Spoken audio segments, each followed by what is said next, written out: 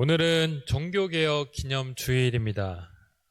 1517년 10월 31일 그 마틴 루터가 독일 비텐베르크 성당 문에 95개조 그 반박문을 게시하면서 이 종교개혁이 본격화되죠. 당시 가톨릭 교회는 이 면죄부 판매로 심히 부패되어 있었습니다.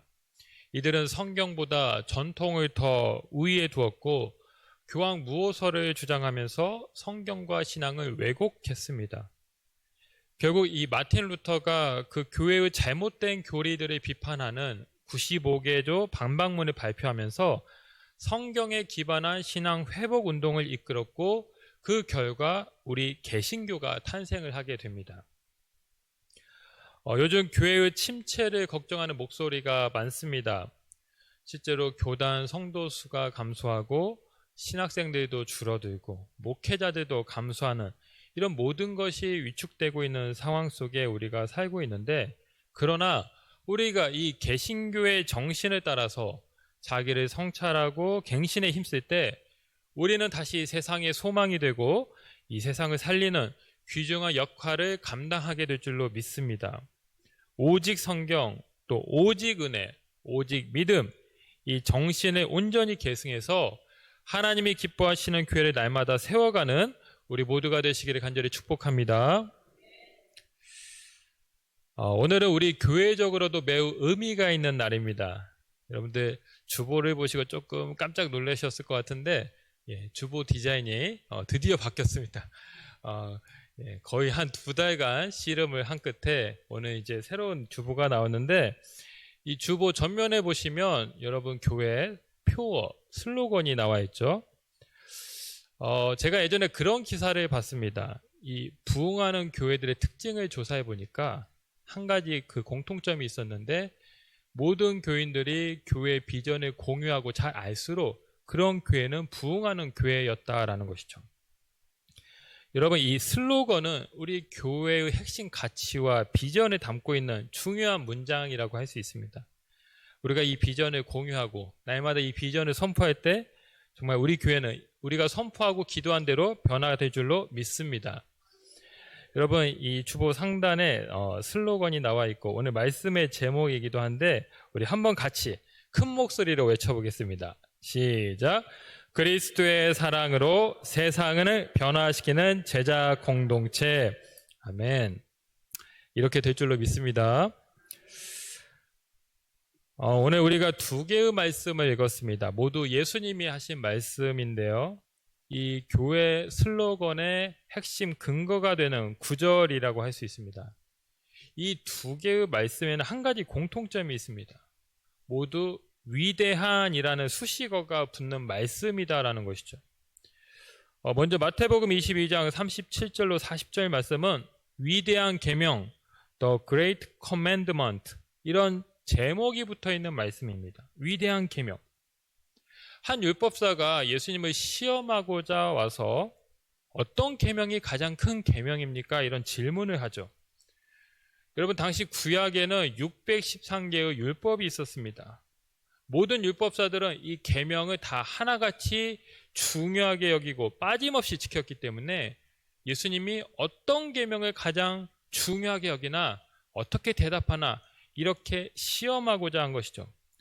자, 이때 예수님은 주저없이 2가지를 말씀하셨습니다. 바로 하나님 사랑과 이웃 사랑.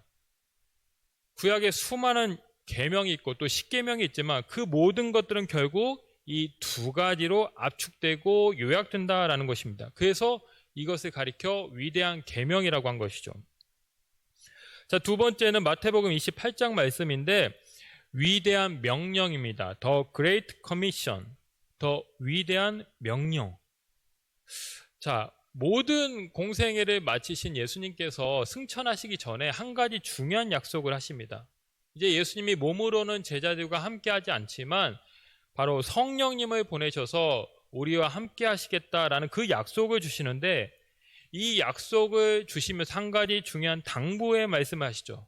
그것이 무엇입니까? 바로 복음 전파입니다. 너희는 가서 모든 민족으로 제자를 삼아 복음을 전하라는 것입니다. 여러분, 이 명령은 예수님이 승천하시기 전에 마지막으로 주신 명령이기 때문에 유언과도 같은 그런 중요한 말씀이라고 할 수 있습니다. 그래서 위대한 명령이죠. 여러분, 우리가 신앙생활을 할 때에 기억해야 될 두 가지가 있습니다. 하나는 내 존재, being, 내 존재에 관한 것이고, 또 하나는 doing, 행위, 행동에 관한 것입니다. 여러분, 우리는 어떤 존재로 살아야 할까요? 우리는 하나님의 사랑으로 창조가 되었죠. 우리가 하나님의 자녀가 된 것도 바로 하나님의 사랑 때문입니다. 따라서 우리는 무엇보다도 먼저 사랑받는 자로 살아야 됩니다. 하나님이 나를 사랑하신다. 그 정체성을 분명히 갖고 있어야 된다는 것이죠. 우리가 하나님의 사랑을 깨닫게 될 때 우리 인생은 BC와 AD로 나뉘어지게 됩니다. 사도 바울이 예수님을 만나서 바울이 되었던 것처럼 우리가 하나님의 사랑을 깨닫게 되면 우리의 삶은 변하게 된다는 것입니다. 하나님께서 그 공생애를 앞둔 예수님께 그 세례를 받고 올라오신 그 예수님께 뭐라고 말씀하셨습니까? 이는 내 사랑하는 아들이요 내 기뻐하는 자라, 이런 말씀하셨습니다. 예수님이 아무것도 하지 않으셨죠. 그 어떤 말씀도 가르치지 않고 뭐 기적을 일으키시지도 않고 아직 십자가에 달리시지도 않았지만 하나님은 예수님을 사랑한다라고 말씀하셨습니다. 예수님이 사랑받는 자라는 그 정체성을 가질 수 있도록 다시 한번 깨닫게 하시고 확인시켜 주신 것입니다. 여러분, 우리가 그리스도인으로서 먼저 이 하나님의 사랑을 깨달아야 됩니다. 우리가 하나님의 사랑을 알게 될 때 비로소 우리는 하나님을 사랑할 수 있고 이웃도 온전하게 사랑할 수 있습니다. 사랑하는 자가 되기 위해서 먼저 사랑받는 자가 되어야 합니다. 자, 우리는 또 하나님이 명하신 바 그 명령을 행할 수 있어야 됩니다. 하나님이 내게 주신 그 사랑을 나만 알고 나만 누린다고 하면 그것은 바른 모습이 아니죠. 우리는 그 사랑을 흘려보내야 됩니다. 아직도 하나님께 돌아오지 않은 그 많은 영혼들에게 주의 사랑을 전해야 되는 것이죠. 마태복음 28장에 나오는 이 복음 전파의 명령은 어느 특정한 시대, 어느 특정한 사람에게만 주어진 명령이 아닙니다. 오늘 저와 여러분, 우리 모두에게 주신 말씀입니다. 그래서 지상 대명령인 것입니다. 제가 예전에 신학대학원을 다닐 때 읽었던 책이 생각이 났습니다. One size doesn't fit all, 이런 제목인데요. 번역을 하면 어느 한 모델이 모든 교회에 적용되지는 않는다, 이런 뜻입니다. 그렇습니다. 교회마다 교회가 처한 그 지역적 특성이 있습니다. 각 교회에는 그 교회에 맞는 사명이 있죠. 어느 교회가 부흥했다고 해서 그 모델을 모든 교회가 다 적용하는 것은 바람직한 모습이 아닙니다. 어리석은 일이 되는 것이죠. 여러분, 그러나 이렇게 지역교회마다 특수성이 있지만 그 모든 특수성을 초월해서 교회마다 지켜야 될 한 가지 보편적인 법칙이 있습니다. 그것이 무엇입니까? 바로 이 위대한 계명, 위대한 명령이라는 것입니다. 성경에서 위대한 이런 수식어가 붙은 말씀은 이 두 구절뿐입니다. 세드백 교회, 그 목적이 이끄는 삶, 이 책을 쓰신 분이죠. 릭 워렌 목사님이 이런 말을 했습니다. 위대한 계명과 위대한 명령에 대한 위대한 헌신이 위대한 교회를 만든다. 그렇습니다, 여러분. 위대한 교회는 어떤 건물이 큰 교회를 말하는 것이 절대 아닙니다. 뭐 성도가 많고 재정이 뭐 풍성한 교회를 뜻하는 것도 결코 아닙니다. 위대한 교회란 성경 말씀 위에 세워지고 그 말씀을 위해, 그 말씀을 이루기 위해 힘쓰는 교회는 모두 위대한 교회인 것입니다. 사랑하는 성도 여러분, 우리가 하나님이 주신 이 계명과 명령을 준행하며 나아갈 때 우리는 좋은 교회를 넘어 위대한 교회가 될 줄로 믿습니다. 자, 교회가 어떤 철학을 세웠다고 한다면 그 철학을 구현하기 위한, 이루기 위한 구체적 비전이 필요합니다. 아무리 방향이 좋고 또 옳다 해도 그 길로 가기 위한 구체적인 방법과 전략이 없으면 우리는 목적지에 도달할 수가 없는 것이죠. 그래서 꿈은 원대하고 클수록 좋고 비전은 구체적일수록 좋습니다. 여러분, 우리 주보 뒷면에 보시면 우리 교회 3가지 비전이 나와 있습니다. 자, 슬로건을 이루기 위한 3가지 구체적 비전인데요. 자, 이것도 같이 한번 읽어보시겠습니다. 읽습니다. 시작. 행복한 만남, 사랑 공동체, 담대한 증인, 선교 공동체, 온전한 성도, 제자 공동체. 네, 이 3가지가 우리 교회의 구체적 비전입니다. 제가 이제 이렇게 슬로건을 정하고 하나님이 주신 슬로건이다 이렇게 확신을 가지고 감사했지만 또 이 비전을 놓고 기도할 때 참 많은 고민이 있었습니다.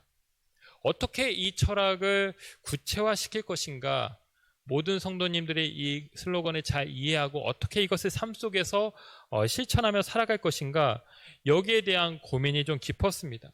처음에는 5개로 이렇게 비전을 만들었는데 좀 많은가 싶어가지고 4개로 이렇게 좀 줄여서 만들어 보기도 했습니다. 그런데 4개도 좀 여전히 많은 것 같아서 3가지로 정말 핵심적인 딱 그 3가지 비전을 정했습니다.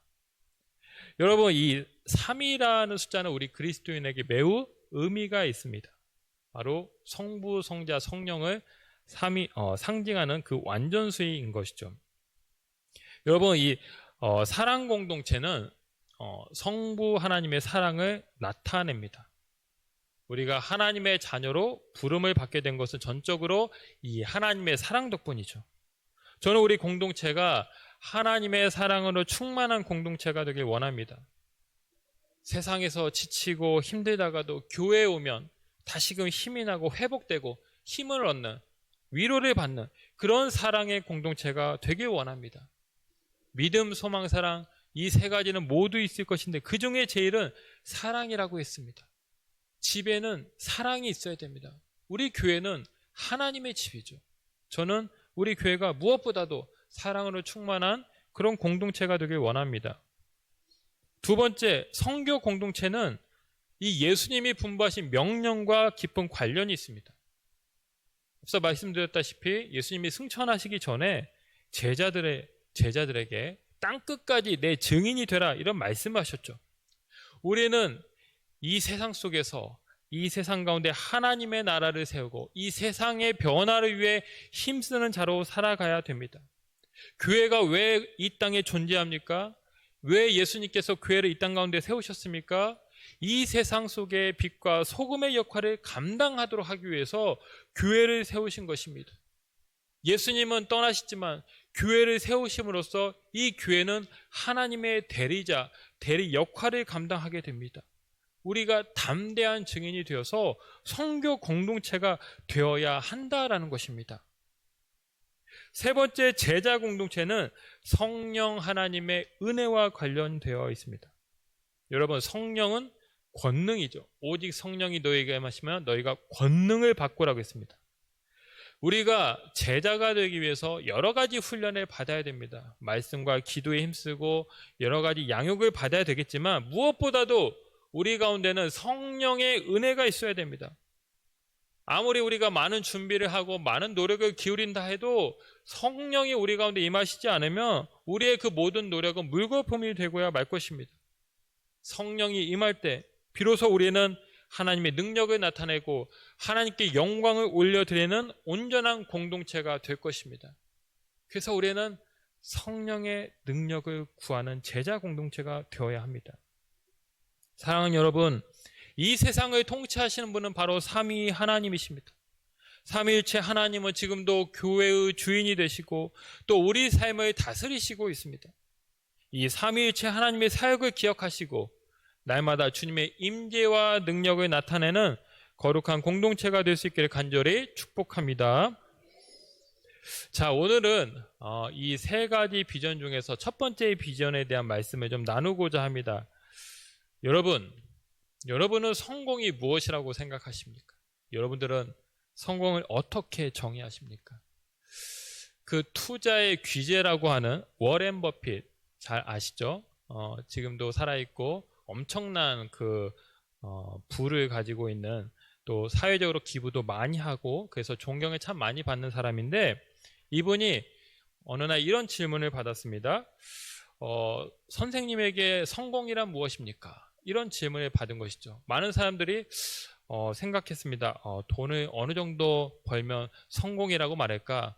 뭐 사회적 지위와 명예를 어느 정도 가져야 성공이라고 말할까? 이런 식의 대답을 할 거라 생각했는데, 놀랍게도 이 워렌 버핏이 한 말은 이것이었습니다. 내가 지금 사랑하는 사람들로부터 사랑을 받고 있다면 그는 성공한 사람입니다. 내가 사랑하는 그 사람으로부터 사랑을 받고 있다면 그 사람은 성공한 사람입니다. 라는 말을 했다는 것입니다. 어떤 물질의 많고 적음, 지위의 높고 낮음, 여기와 상관없이 내가 누군가로부터 사랑을 받으면 그것이 그 사람에게 가장 그 사람을 행복하게 하는 가장 중요한 요소라고 말을 한 것입니다.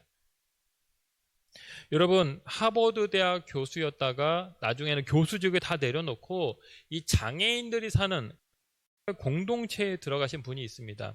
평생을 이제 하나님이 부르실 때까지 그 지체 장애인들과 함께 사신 분인데, 바로 헨리 나우엔이라는 영성학자이죠. 이분이 그 학교에서 재직할 때 항상 수업이 시작하는 그 첫 시간에 그분이 이런 강의를 했다라고 합니다. 그 칠판에다가 그 하얀색 분필로 긴 줄을 이렇게 기다랗게 그리고 가운데 점을 딱 하나 찍는 겁니다. 그리고 그분은 학생들에게 이렇게 말을 했다라고 하죠. 여러분, 이 기다란 선은 바로 하나님의 사랑이고 그 위에 있는 작은 점은 바로 저와 여러분을 의미합니다. 우리가 태어나기 전에 이 점 이전에도 우리는 하나님의 사랑 안에 있었고, 지금 이 점 찍힌 이 순간에도 우리는 하나님의 사랑 안에 있으며, 그리고 이 이후에도 우리는 하나님의 사랑 안에 있을 것입니다. 여러분, 무엇을 하든 어디에 있든 기억하십시오. 나는 하나님의 사랑받는 자라는 것을. 이것을 이 헨리 나우엔 교수님은 매 학기 수업이 시작할 때마다 가장 첫 번째 수업으로 가르쳤다라는 것입니다. 이분의 가장 중요한 가르침이고 이분이 남겨주신 어떤 유언과도 같은 중요한 말씀이죠.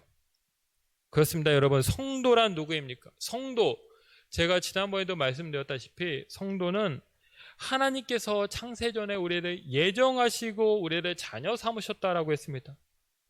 우리는 하나님의 사랑받는 자라는 것이죠. 세상은 외모로, 그 사람의 가진 것으로 그 사람을 판단하고 그 사람의 존재의 가치를 측정하지만, 하나님은 그런 것을 전혀 중시하지 않으시고 바라보지 않으시고 그냥 우리 존재 자체를 기뻐하시고 사랑하신다라는 것입니다. 여러분, 교회는 어떤 곳이 되어야 합니까? 교회는 바로 사랑의 공동체가 되어야 합니다.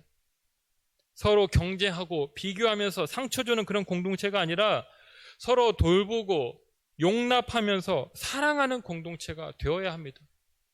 예수님이 그랬습니다. 너희가 서로 사랑하면 이로써 모든 사람이 너희가 내 제자인 줄 알리라. 우리가 서로 사랑하며 살아갈 때 비로소 저들은 정말 하나님이 사랑하시는 제자구나, 이렇게 안다라는 것이죠. 여러분, 우리의 힘으로 서로 사랑한다는 것이 불가능할 수 있습니다. 힘들죠. 그러나 날 위해 죽으신 그 예수 그리스도의 십자가 사랑을 의지할 때 우리는 서로 사랑하는 공동체가 될 수 있습니다.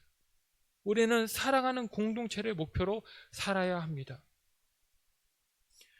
여러분, 교회에서 이 모임을 의미하는 알파벳 C로 시작하는 3개의 단어가 있습니다. 첫 번째 단어는 셀러브레이션입니다. 오늘 이제 종교개혁 기념주일이라고 해서 지금 전국적으로 교단을 초월해서 수많은 사람들이 서울에서 오늘 연합 예배를 드립니다. 2시부터 이제 그 기도회, 종교개혁 기념주일 기도회가 열리게 되는데, 여러분, 이렇게 연합으로 부활절이나 성탄절 때 함께 연합으로 대규모로 드리는 이런 예배, 이런 모임에 나오는 그 사람들을 셀러브레이션, 이렇게 말을 하죠. 자, 두 번째는 콩그리게이션입니다. 콩그리게이션.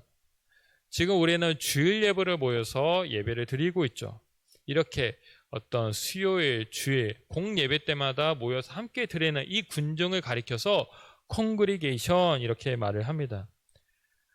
자, 셀러브레이션보다는 조금 중간 단위의 규모이고요. 마지막 C가 무엇이냐면 바로 셀입니다. 셀. 세포이죠. 여러분, 모든 교회마다 그 교회를 구성하는 작은 단위의 소그룹이 있습니다. 어떤 교회는 그 소그룹을 뭐 구역이라고도 하고 또는 뭐 다락방 또는 속회 다양하게 부르죠.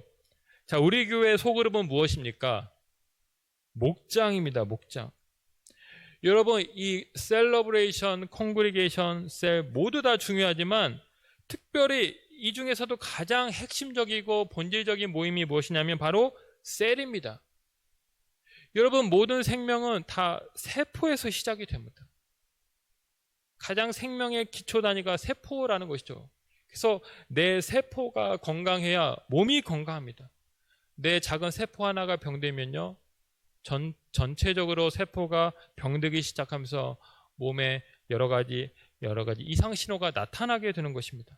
그래서 세포가 중요하고 이 세포가 건강해야 되는데, 그럼 이 세포가 어떻게 해야 건강해질 수 있겠습니까? 사랑으로 돌봐야 됩니다. 사랑으로. 예전에 TV에서 그런 실험한 것을 봤습니다. 밥 2그릇을 놓고 한 달 동안 실험을 했습니다. 한쪽 밥에다가는 사랑해, 너 참 예쁘다, 너 참 예쁘구나, 사랑스럽구나, 고마워, 이렇게 좋은 말을 그 밥에다가 말을 한 것입니다. 그리고 또 다른 한쪽 밥에다가는 너 참 밉다, 너 왜 이렇게 못생겼니, 나 너 싫어, 이런 미움의 말을 한 것입니다. 여러분, 한 달 뒤에 어떻게 되었습니까? 놀라운 변화가 나타났습니다. 그 사랑의 말을 들은 밥에는 마치 꽃이 핀 것처럼 정말 하얗고 아름다운 그런 모양의 그런 밥이 되었죠. 그런데 한 달 동안 저주의 말을 들은 그 밥은 시커멓게 마치 곰팡이가 펴가지고 정말 볼 수 없는 그런 흉측한 모습으로 변해 있었다라는 것입니다. 이 미생물조차도 어떤 말을 듣느냐에 따라서 이렇게 전혀 다른 모양으로 변한다라는 것이죠. 여러분, 저는 우리 목장이 정말 건강한 사랑이 넘치는 공동체가 되길 원합니다. 우리 목장 식구들이 함께 모일 때마다 늘 서로를 위해 축하하고 축복해주고 격려해주는 그런 따뜻한 말을 하는 것입니다. 그래서 그 자리에 있는 그 자체만으로도 막 기분이 넘치고 힘이 나고 얼마나 좋습니까? 그게 건강한 공동체가 되는 것이죠. 여러분, 세포가 자라나면요, 반드시 그 세포는 또 다른 세포를 낳게 되어 있습니다. 건강한 교회는, 건강한 공동체는 이렇게 또 다른 공동체를 배가하고 또 다른 목장을 낳는 그런 공동체입니다. 우리가 사랑하게 될 때 그런 역사가 있게 된다는 것이죠. 또 우리가 서로 사랑하면서 모이기에 힘쓸 때 우리만 살아날 뿐만 아니라 다른 사람들을 살려내고 다른 사람들을 살리는 그런 건강한 공동체가 되어야 합니다. 나로 말미암아, 우리 목장으로 말미암아 우리의 사랑이 주변 가족과 이웃에게로 들어가서 또 다른 생명을 살리는 그런 아름다운 모습이 있게 된다라는 것입니다. 여러분, 제가 지난주에 한 기사를 보고 참 큰 감동을 받았습니다. 지난 1994년도였죠. 10월 21일 바로 성수대교가 붕괴가 되어서 32명이 안타까운 목숨을 잃었습니다. 지난주에 그 조선일보 기사에 그때 사고로 누나를 잃었던 그 남동생의 그 인터뷰 기사가 실렸습니다. 이 고인이 된 분은 이승영 씨였는데요. 이분은 이제 교대를 다니면서 초등학교로 그 교생 실습을 하기 위해 버스를 타고 이동을 하다가 그만 버스가 그대로 추락을 해서 싸늘한 죽음으로 돌아오게 됩니다. 이 어머니가 슬픔 가운데 유품을 정리하는데 그 딸의 일기장을 발견하게 되죠. 그리고 그 일기 안에는 내가 일생 동안 하고 싶은 일 14가지 이런 소원이 적혀 있었습니다. 여러분, 제가 한번 읽어드리겠습니다. 그 따님이 남긴 그 14가지 소원입니다. 1번, 100명 이상에게 전도한다. 2번 목사관을 짓는다. 3번 교회를 짓는다. 4번 장학금 제도를 만든다. 5번 신앙소설을 쓴다. 6번 기독교 방송을 만든다. 7번 이동 도서관을 만든다. 8번 간사님들 재정 지원을 한다. 9번 선교사님들 재정 지원을 한다. 10. 목사, 간사, 전도사님 전용 휴양지를 만든다. 11. 1명 이상 입양한다. 12. 단기 선교사로 떠난다. 13. 시각 장애인을 위해 뭔가를 한다. 14. 재활시설을 포함한 복지 마을을 만든다. 제가 이분의 그 소원을 보면서 참 부끄러웠습니다. 저는 대학생 때 그저 내 안위, 내 미래, 내 꿈만을 위해서 그렇게 골몰하고 힘썼던 것 같은데, 이분의 소원은 하나같이 교회를 살리고 어려운 이웃을 돌보는 그런 내용들로 가득해 있었던 것입니다. 너무나도 성숙하고 본이 되는 그런 믿음을 가진 분이었죠. 이 남자 동생분이 인터뷰에서 이 누나가 적었던 꿈들이 하나씩 다 성취되고 있다는 말을 했습니다. 보상금으로 2억 5천만 원을 받았는데요. 전액 교회 장학금으로 헌금을 해서 지금까지 한 200명 이상이 장학금 혜택을 받았다라고 합니다. 또 선교지에 교회를 지었고요. 엄마가 대신 단기 선교사를 떠나기도 했다고 합니다. 또 누나의 바람대로 자신이 2명을 입양해서 키우고 있다, 그런 말도 했고, 정말 상상할 수 없는 비극을 맞이했지만 신앙의 힘으로 이 사랑을 실천하는 아름다운 모습을 볼 수 있었습니다. 특별히 기사에서 그 동생분이 한 이 한마디가 참 은혜가 되었습니다. 이런 말을 했습니다. 누나는 사랑 자체가 삶의 목적이 되어야 한다는 걸 일찍이 실천한 사람이었습니다. 끔찍한 사고로 그 고귀한 생명이 사라졌지만 그 남겨진 가족들은 예수 그리스도 안에서 흔들리지 않았습니다. 그 사랑을 실천하며 살았습니다. 이 땅에서 그리스도의 사랑을 흘려보내며 사는 것이야말로 가장 빛나고 값진 인생임을 몸소 보여준 것입니다. 여러분, 폴 트루니에라는 의사분이 이런 말을 했습니다. 이 세상에서 혼자가 될 수 없는 두 가지가 있다. 하나는 결혼하는 것이고 또 하나는 그리스도인이 되는 것이다. 그렇습니다. 여러분, 기독교는 세상과 떨어진 채 혼자서 돌을 닦고 자기 수행에 전념하는 그런 종교가 아닙니다. 기독교는 본질적으로 공동체입니다. 하나님께서 삼위일체로 공동체를 이루셨듯이 교회도 예배하는 자들이 유기적으로 연결된 공동체입니다. 사랑하는 성도 여러분, 우리는 어떤 교회를 이루어야 할까요? 어떤 교회가 건강하고 성경적인 교회입니까? 정답은 하나님 말씀 속에 있습니다. 하나님이 우리에게 주신 그 두 개의 말씀, 위대한 계명과 위대한 명령을 우리 삶의 반석으로 삼고 우리가 그 위에 우리 신앙을 쌓아갈 때 우리는 균형 있게 성장하는 거룩한 교회가 될 것입니다. 그리스도의 사랑으로 세상을 변화시키는 제자 공동체, 우리는 그리스도의 사랑에 빚진 자들입니다. 예수님이 날 위해 죽으심으로 우리 교회가 세워지고 우리 인생이 시작되었습니다.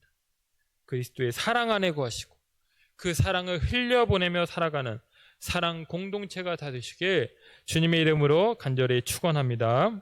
기도하겠습니다. 하나님 아버지, 우리를 사랑하셔서 우리를 하나님의 자녀 삼아주시고 하나님의 구원받는 백성으로 하나님 세워주신 것 감사를 드립니다. 하나님, 우리 교회가 하나님의 그 사랑에 힘입어서 이렇게 주님의 몸된 교회를 이루고 하나님의 사역을 감당하며 하나님의 귀한 은혜를 또한 누리며 살게 하신 것 감사를 드립니다. 이제 우리는 그리스도의 사랑으로 이 세상을 변화시키는 제자 공동체가 되기를 소망하며 기도합니다. 하나님 아버지, 우리를 통하여서 하나님의 꿈과 비전이 온전하게 성취될 수 있도록 축복하여 주시옵소서. 우리 가운데 사랑의 공동체를 이루게 하시고 주님의 사랑으로 날마다 회복되고 그 사랑으로 세상을 또한 살려내는 귀한 사랑의 공동체, 주님의 자녀들 다 될 수 있도록 축복하여 주시옵소서. 감사를 드리며 예수님의 이름으로 기도하옵나이다. 아멘.